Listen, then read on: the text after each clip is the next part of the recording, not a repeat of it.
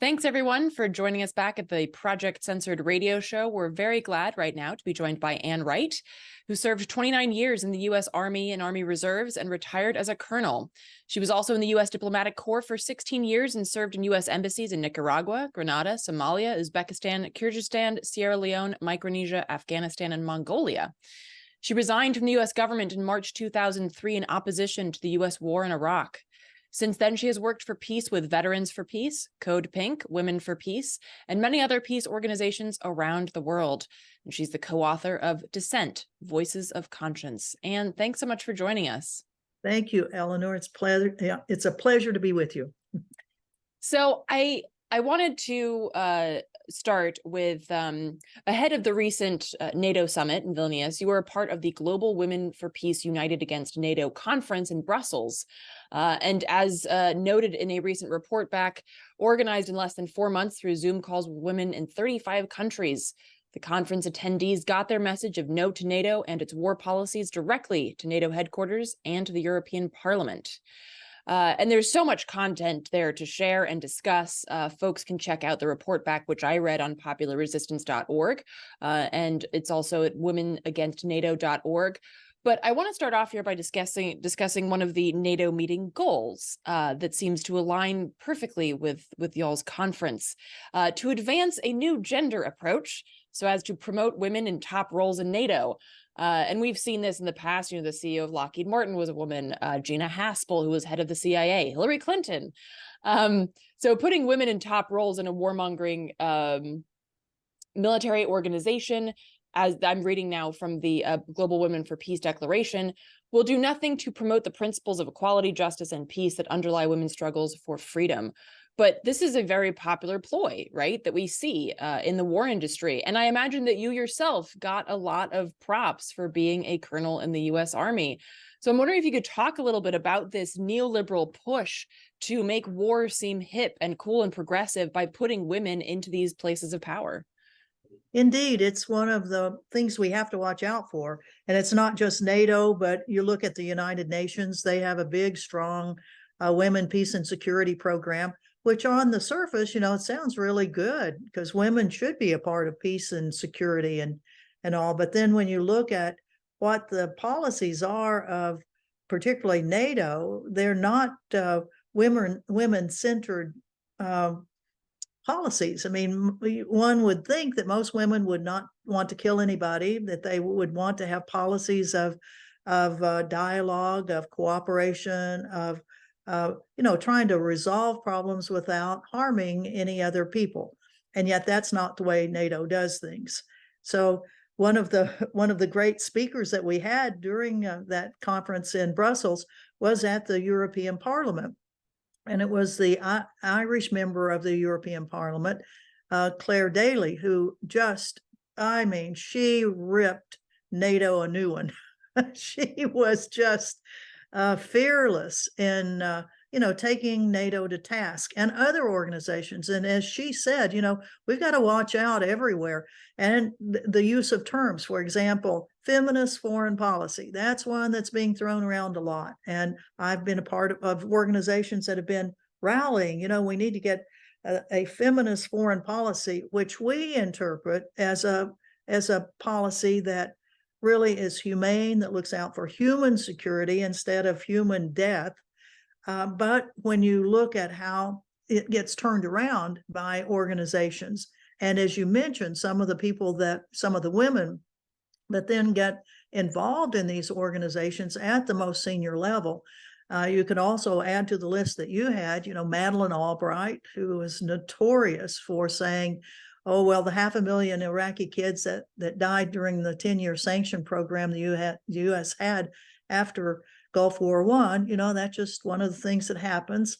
You look at Jean Kirkpatrick, who was I think the first woman UN ambassador the U.S. had, and her role in the covert and overt wars in Central America that killed so many thousands of people in Nicaragua and El Salvador and Honduras.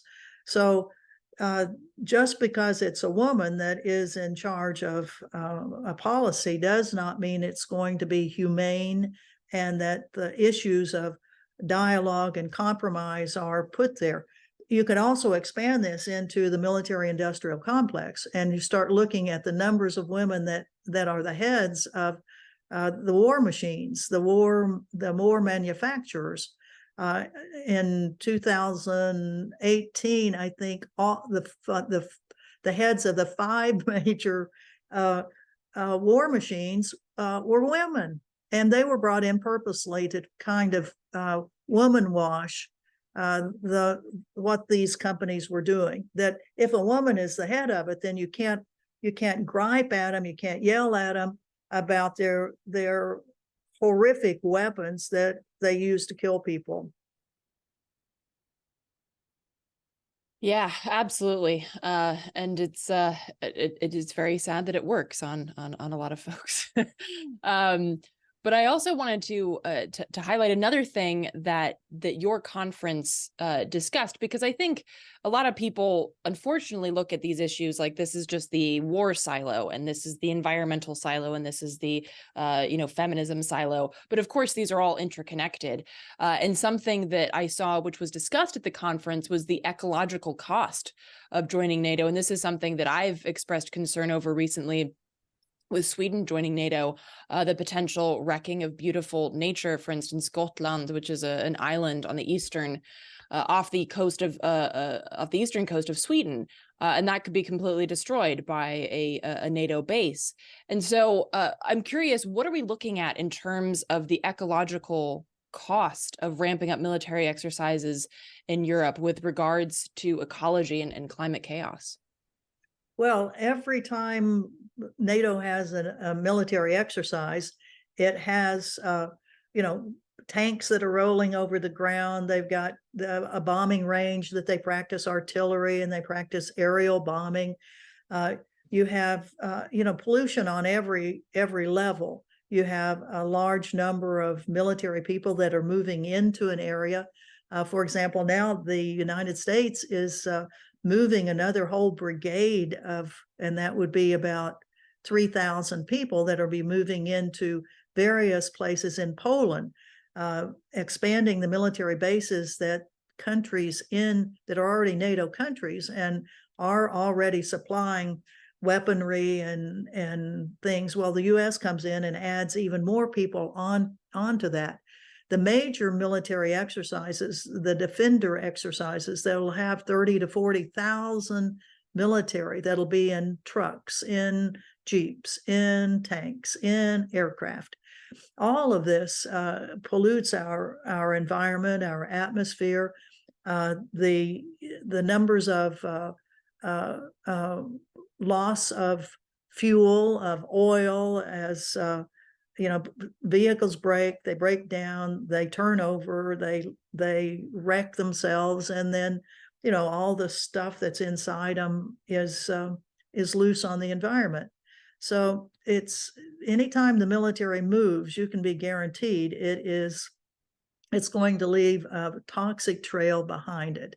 We in Hawaii, that's where I live, we've been dealing for the last year and a half with a major spill of fuel into the drinking waters, the aquifer of Hawaii. You look at the PFAS, the forever chemicals that are on all the military bases and bases in Europe, and particularly in Okinawa, where they're finding huge amounts of PFAS that have been put there over the decades. So the military leaves a bad trail in its wake, and the only way you can prevent it is just to stop these military war maneuvers that are on steroids right now. The U.S. military, of course, now has 2 new military bases, one in Poland and one in Romania. It's expanding its presence in other bases that are not designated as U.S. bases, but they're being used by the U.S. and other NATO forces. So right now, with the war in Ukraine, the huge amount of military weaponry that's being funneled in there, and it has to come from somewhere, and it has to come through somewhere. And Now we're just hearing about the CIA flights, aerial flights that have been bringing in a lot of the material. So wherever those flights land, whether it's at Shannon Air Base in Ireland and then on into Poland and then finally into some air base in Ukraine to offload all that stuff. The amount of pollution that's in our atmosphere from all of these flights should be monitored, and we know what it will be. It'll be a huge increase in the pollution that we have in those areas of the world. Yeah, absolutely. And I remember this was several years ago, maybe like 2018, where a report came out that showed that the U.S. military alone is the single largest greenhouse gas emitter in the world and is equal to 140 nations. I imagine that might even be more today. But that's, those are remarkable and staggering numbers that really show the size and the destruction that is caused by the U.S. military outside of just, boots on the ground. So another issue that's often glossed over is what NATO membership means in terms of GDP spending on military. And again, I'm pulling from the declaration that you all wrote here, quote, while many face a severe cost of living crisis, governments are required by NATO to raise military spending even beyond 2% of GDP to meet the ongoing frenzied rearmament. This is often accompanied by increasing authoritarianism and the reemergence of neo-fascist, nationalist, xenophobic, and sexist ideologies, encouraged by an increasingly militarized culture, end quote. And the last I checked, Sweden, for instance, spends about 1.3% of GDP on military in most recent years, and that will have to increase, right? So what are we looking at in terms of the military spending, and what does that mean in places in Europe where we already feel austerity measures? What is going to be further removed from people in order to fund this NATO membership? Well, the increase, first, the basic 2%, people ought to be on the streets yelling about that for sure right now, because every penny that goes toward NATO and the military is a penny that's taken away from education, it's taken away from health, it's taken away from infrastructure development. So the fact that there aren't riots on the streets baffles me, because it's a direct correlation. The more you put into the military and the more is required by NATO, then the less the people of the country are going to have for their basic human needs. And trying to get it across to people, as we do with the Priorities Project here in the US, the National Priorities Project, that does a really good job of looking at how much is expended by state here in the United States. When you break down the massive US military budget, which this year or for the next fiscal year is estimated to be at $880 billion. And it was 800 billion last year, and now it's going up another 100 billion. And when we look at here in the US, all the places that we really need to have expenditures for keeping people alive, it doesn't make a bit of sense. And when we cannot get out Americans to hit the streets to say, are you Congress people just crazier than loons for doing this? Trying to get letters to the editor, trying to get town hall meetings. And we do have an opportunity with the next election coming up, that citizens should be going to all these town hall meetings and raising Cain with Congress people about their continuing to vote for these outrageous military budgets. Yeah, they truly are outrageous. And I also want to highlight kind of like a very succinct statement in the report back that you shared that really highlights the reason and the theme for me for the conference that y'all had. Quote, from Ukraine to Syria and from Africa to the South China Sea, NATO forces are performing the tasks of the armed wing of Western imperialism, end quote. And I think that oftentimes gets lost, this idea that NATO is just, I call it the arm of US imperialism, but I think it's the same idea, that this is not about safety, it's not about security, it's not about defense, it is absolutely about offense. And one thing that you mentioned in the report back is the new strategic concept, which is another one of those projects that is totally evil and has a totally banal name. And I think that a lot of people might not be familiar with this project. Could you talk a little bit more? Could you talk about what the new strategic concept is and how insidious that is in terms of that armed wing of Western imperialism? Well, the strategic concept is that NATO is not North Atlantic Treaty Organization. It's a worldwide organization. And we can see where out in the Pacific Ocean where I live, where NATO over the past 3 years has been sending more and more NATO countries to participate in military war maneuvers. In fact, right now in Australia, they've just started the Talisman Sabre, which is the largest ground exercise that will be held in Asia this year, and it'll have over 30,000 military, primarily U.S. and Australian, but they're also going to be having German, French, Dutch military that'll be a part of that. When we have the Rim of the Pacific naval exercises, which are held every other year, one year it'll be RIMPAC, Rim of the Pacific Naval. The next year it'll be Talisman Sabre in Australia, and an increase in military operations in the Philippines now. But the Rim of the Pacific, which will be coming up in 2024, it will have over 25,000 people on ships. It'll have 44 ships. It'll have probably 6 submarines. They'll bomb ships that they'll drag out from the mothball fleet out of Pearl Harbor. They'll take it out into the Pacific, and then they'll bomb it until it sinks. And NATO countries will be a part of that. The last RIMPAC that we had British, French, German, Dutch, let's see who else, Belgian. I mean, all sorts of ships that were coming all the way around the world to be out there to join up with the rest of the RIMPAC countries from that region. Of course, it's nice to go to Hawaii and have beach time and things like that. So the sailors love it.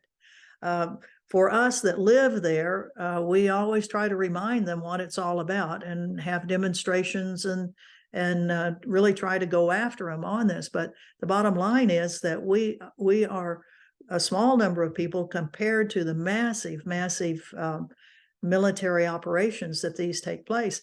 And then you start talking about the interoperability of ships and aircraft and ground forces.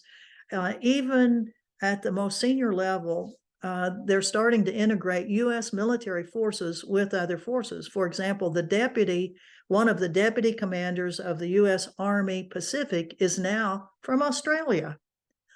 And one of the deputies in the U.S. Air Force is from Australia. So there's a purposeful move to integrate as much as possible, as many countries as possible in all of these operations. And it doesn't matter whether it's in Europe or whether it's in the Pacific. They're trying to bring as many countries into the NATO structure as possible as a worldwide offensive mechanism of world domination and capitalist interventions. And I mean, particularly with the Pacific, the goal is to poke China, right? Like to irritate China and to try to foment war with China. Is that correct? Well, it has been since the Obama administration, and Hillary Clinton being the one that claims credit for the pivot to Asia. After the U.S. was getting out of Iraq, then they needed some other enemy. So it was let's pivot to Asia and go after China. Well, we've been going after China for now going on 10 years, and it's backfired. As we can see that the Chinese, aren't taking this lightly, and they are challenging the massive increase in the numbers of armadas that the U.S. sends out to the Western Pacific. They're challenging the aircraft that go into aircraft, and the Chinese are challenging U.S. Political people that are going into Taiwan. And the Chinese send over armadas of aircraft that go right to the air defense zone of Taiwan, saying, listen, there's a one China policy that you guys signed on to 40 years ago. Right now, just this last week, you can see that the U.S. has kind of seen that maybe they've gone a little bit too far.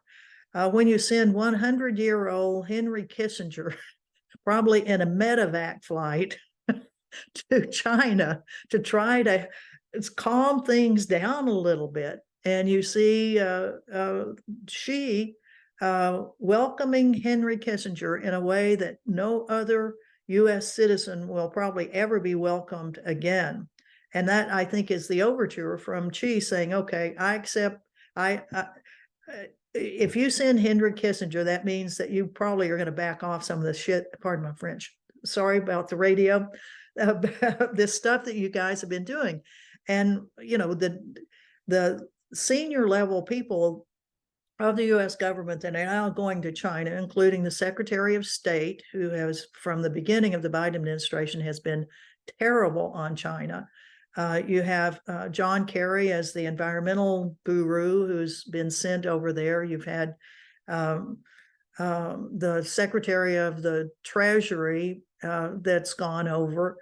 I think the U.S. is saying now to China, perhaps we went a little overboard in this thing, and let's be friends. And because, you know, if we aren't, then we're not going to get any computers, we're not going to get cell phones, and we're not going to get any clothes. So probably better back off on all of this. And I would say that, you know, that there are reasons that countries are concerned about China and theft of international property and all of this sort of stuff. But I would just like to wish that the United States would steal a little intellectual property from the Chinese for once, for God's sakes.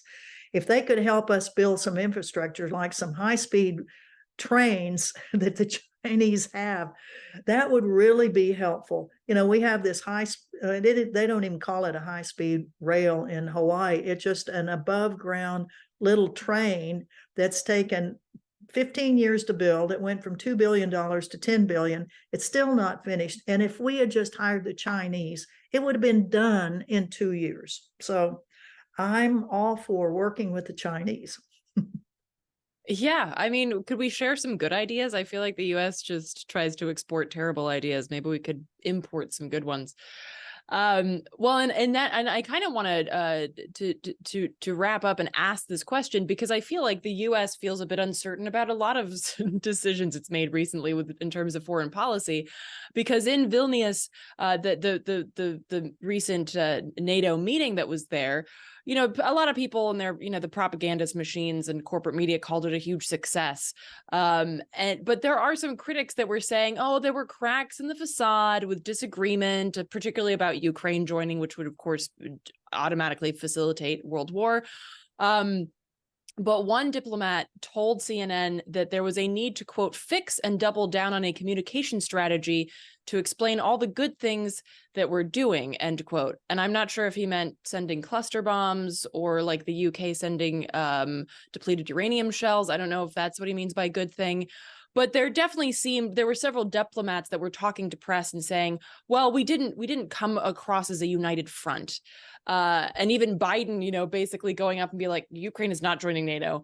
There did seem to be some questions about what the US's role was, like, oh, did we go too far? And now should we try to backpedal? Do you see any kind of fractures happening there? And do you feel that the US is trying to step away from Ukraine?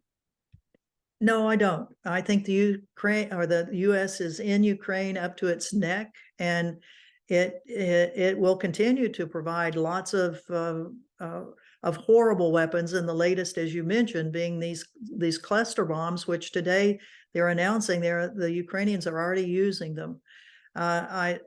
Tragically, the level of killing, the level of infrastructure destruction that's happened, it's just horrific. And one can only hope that the global South comes to the rescue with the various presidents of countries that have really been reaching out to try to get President Putin and President Zelensky to start talking about ceasefire, about stopping the killing. And back I gave a keynote talk at the Peace in Ukraine conference we had in Vienna.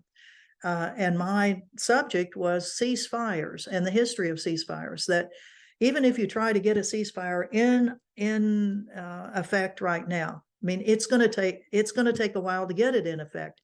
The Korean War, that only lasted 3 years and was the most brutal wars of all, they started negotiations for some sort of an agreement to end the killing 1 year into the war.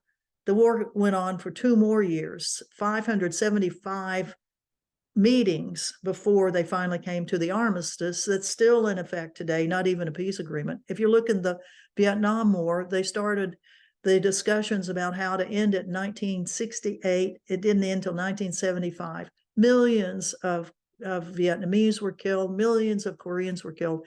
So the bottom line is we've got to really keep pushing for an end to this, because it's going to take a long time to finally get the dialogue and the decisions on how each country has to do a little compromising on this thing to stop the killing of people. So it's a tough situation, but I think the U.S. is not really helping much. Maybe on track 2 diplomacy that we've been hearing a little bit about. Some of the retired diplomats may be working on some things, but I think it's really going to take, President Erdogan of Turkey is reaching out right now to President Putin about the grain deal in Ukraine. We've got President Lula. We've got all sorts of folks that are trying to work it. And I think if Joe Biden keeps out of it, they may have a chance. Some others may have a chance to get the killing stopped. I mean, what a topsy-turvy world where you've got Henry Kissinger and Erdogan pushing for peace. I mean, I feel like I'm in some kind of very alternate reality. It's true. God. But we'll take whatever we can get right now. Right. That's very true. And final question here, because you have such a long history in direct contact with the US military, do you feel that from the start of your time there versus now and looking into the future, do you feel that there is a trajectory for a peace movement? Do you feel like the US military is reaching some kind of edge where beyond this edge there will be a significant blowback? Or what do you feel about the prospects for some kind of peace movement to combat the US military? Well, it's up to us as civilians and not rely on the military itself to go AWOL and come into our ranks, because that just is not going to happen. There will be, thank God, a few people of conscience that are in the military that will say, I can't do this anymore, and I've got to step out. Some of them will go to jail for it, but there's people of conscience. But it's up to us as civilians to create the movement that will highlight to people in the military what really is going on, to counter the propaganda that they get every single day about why it's so important that whatever administration it is gets to do whatever they want, which is go out and kill other people. So it's really up to us to get our movement much stronger and more visible. Years before, we've had GI coffee houses that have been right outside a lot of military bases. We had some during the Iraq War at Fort Hood, and then up around Seattle for McCord, the McCord airfield and base there. But it's that sort of outreach that we need around military bases, I think, that would really help a lot. But it takes a lot of effort, a lot of dedication of peace groups that live in the area of these military bases. And those of us that may not, although I do, I live on Oahu, and there are 4 major military bases on that island. So there's always work for all of us to be done to encourage military folks to really look at what's going on. We've had some good successes with that, though, in Hawaii, with the tragic pollution of our water aquifer. It has the very stupid and terrible response of the U.S. Navy opened the door wide for us to talk about not only the toxic contamination there of that water, but other toxic contamination that the militaries were doing in the Hawaiian Islands. And so we've been able to educate a lot of military families to what's going on, and they appreciate it. Yeah, well, absolutely. Education is key, which is why we're also so glad that you took the time to sit down. And thank you so much. I really appreciate it. Is there a good place where people can follow more of your report backs and more of what you're up to? Well, I do have a website that's connected to a book that I wrote years ago called Dissent: Voices of Conscience. And if you go voicesofconscience.com, I've got a list of articles and various events. So I guess that's the main thing. And what was the URL again? Voicesofconscience.com. Okay. Thank you. All right. Thank you so much, Anna. Really appreciate it. Well, it's a pleasure to talk with you, Eleanor, and look forward to seeing you in DC or someplace the next time.